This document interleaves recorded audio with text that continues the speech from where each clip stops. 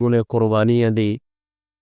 کل آپ نے یہ سنا تھا کہ حضرت معاذ ابن جبل رضی اللہ عنہ سے روایت ہے کہ اللہ کے رسول صلی اللہ علیہ وسلم نے جب ان کو یمن کے لیے روانہ فرمایا تو حضور صلی اللہ علیہ وسلم بھی ان کو کچھ نصیحتیں اور وصیتیں فرماتے ہوئے ان کے ساتھ چلے۔ اس وقت حضرت معاذ رضی اللہ عنہ تو اپنی سواری پر سوار تھے اور حضور صلی اللہ علیہ وسلم خود ان کی سواری کے نیچے پیدل چل رہے تھے۔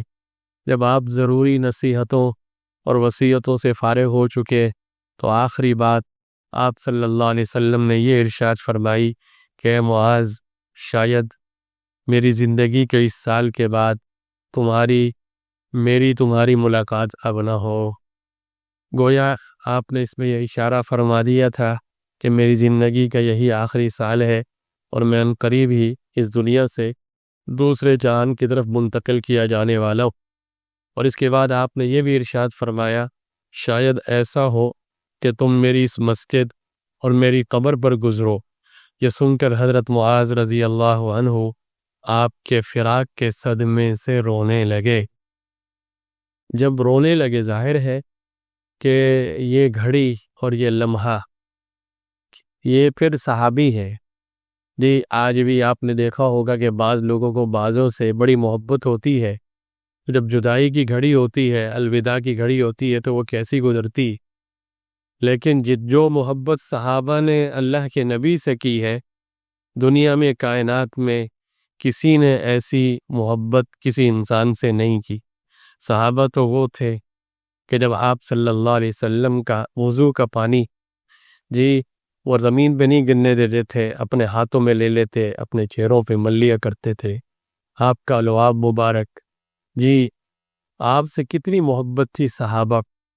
اب ایک صحابی سے یہ کہا جا رہا ہے کہ شاید کہ تم جو ہے میری مسجد کے پاس سے گزرو، میری قبر کے پاس سے گزرو، تو کیا بیتی ہوگی حضرت معاذ بھی۔ لیکن جو اگلا جملہ ہے اس میں آپ صلی اللہ علیہ وسلم نے نہ صرف حضرت معاذ کو تسلی دی بلکہ اس جواب میں پوری امت کے لیے تسلی ہے۔ دیکھیں آج بھی اس دور میں بھی کتنے ایسے لوگ ہیں کہ جو اللہ کے نبی صلی اللہ علیہ وسلم پر کثرت سے درود پڑھتے ہیں۔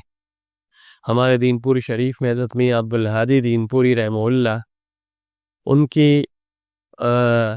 کے معمولات دوسرے اپنی جگہ پہ تھے، لیکن درود شریف کے بھی بعض بزرگوں نے کئی ہزار معمولات کا ذکر کیا کہ کئی ہزار وہ دن میں پڑھتے تھے۔ بعضوں نے، مجھے ابھی صحیح طرح وہ یاد نہیں ہے، 24,000 سے زیادہ کا ہے۔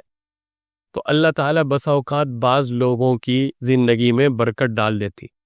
ہم نے ان کے بیٹوں کو دیکھا، بیٹے میاں سراج احمد صاحب تھے، ابھی میاں مسعود احمد صاحب ہیں۔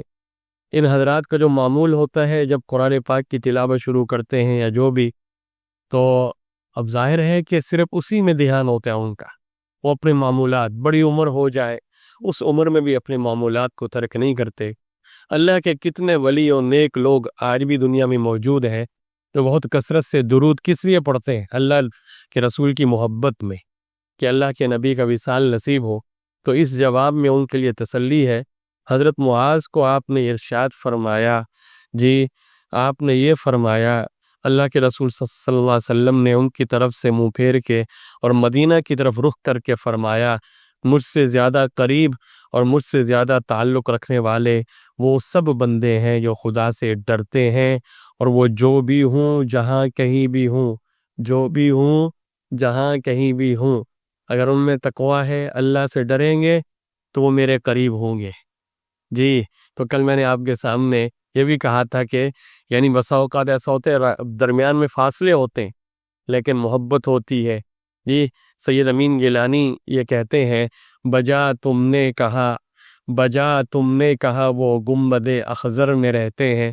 دل میں درود پڑھتے رہیے صلی اللہ علیہ وسلم۔ بجا تم نے کہا وہ گنبد اخضر میں رہتے ہیں، مگر جلوے تو ان کے میری چشمے تر میں رہتے ہیں۔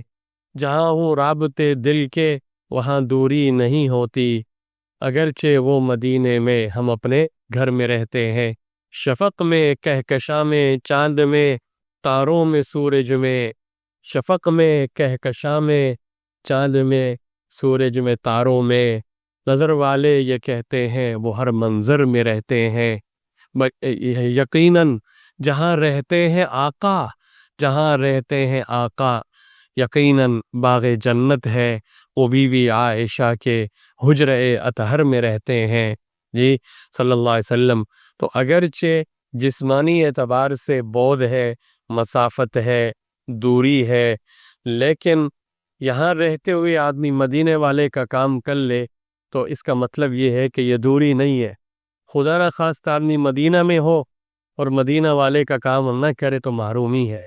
تو یہ نقطہ سمجھ لینا چاہیے، آدمی جتنا بھی دور ہو لیکن دل میں اللہ کے نبی کی سنت اور عمل بھی اس پر ہو، زندگی اسی پہ گزارے، تو انشاءاللہ العزیز ہمیشہ ہمیشہ کا وصال اللہ کے نبی کا اس کو نصیب ہوگا۔